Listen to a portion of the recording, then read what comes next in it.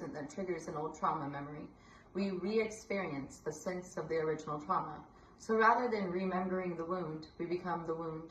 This makes sense when we think of how we are often returned to a place of smallness and helplessness when we feel shame. After our physical fight, flight, or freeze response, strategies of disconnection provide us with a more complex layer of shame screens. Dr. Linda Hartling, a relational cultural theorist, uses Karen Horney's work on moving toward, moving against, and moving away to outline the strategy of disconnection we use to deal with shame. According to Dr. Hartling, in order to deal with shame, some of us move away by withdrawing, hiding, silencing ourselves, and keeping secrets.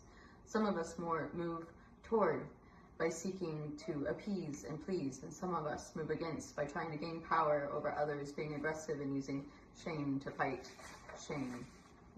Using shame to fight shame. That is so interesting. During a recent workshop, I was presenting these strategies of disconnection. They were lettered on my slide A, B, C. A woman raised her hand and asked, "Is there a D for all of the above?" We all laughed. I think most of us are Ds. Most of us can relate to all three strategies of disconnection. I know I've used all of them. Depending on why and how I feel ashamed and who I'm with, I'm less likely to move against. When there is power, differential bosses, doctors, or someone I'm trying to impress, new friends, colleagues, in those situations I'm more likely to move toward or move away. Unfortunately, I think I reserve moving against for the people with whom I feel the deepest connection, my family members and close friends. This is often where it feels safest to dump our anger and fear.